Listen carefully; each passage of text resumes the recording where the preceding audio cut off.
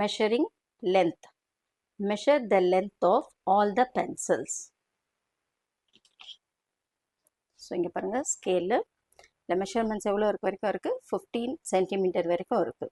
So first வந்து 1 centimetre 2 centimetre 3 centimetre 4 centimetre. So இதுக்கு நடுவில் வந்து 10 லைன்ஸ் இருக்கும். அதுதான் வந்து மில்லிமீட்டர்.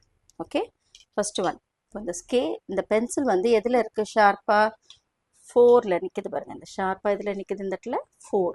அப்போ இதோட மெஷர்மெண்ட் எவ்வளோ? 4 சென்டிமீட்டர். நெக்ஸ்ட் பாருங்கள், 0 1 2 3 4 5 6 7. கரெக்டாக இதில் இருக்கு பாருங்கள், 7ல் இருக்குது. இப்போ இது என்னது? எவ்வளோ? 7 சென்டிமீட்டர். நெக்ஸ்ட் ஒன் எதில் நிற்குது? 9. அப்போது 9 சென்டிமீட்டர். நெக்ஸ்ட் ஒன் எதில் இருக்குது? கரெக்டாக பாருங்கள், 6. இதோட மெஷர்மெண்ட் எவ்வளோ? 6 சென்டிமீட்டர். ஸோ இதே மாதிரி சப்போஸ் இப்போது ஒரு ஸ்கெட்ச் எடுக்கிறேன்.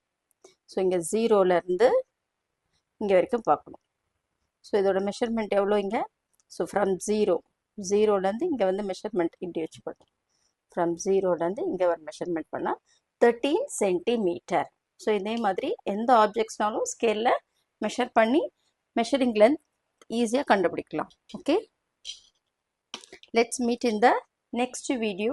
Thank you all.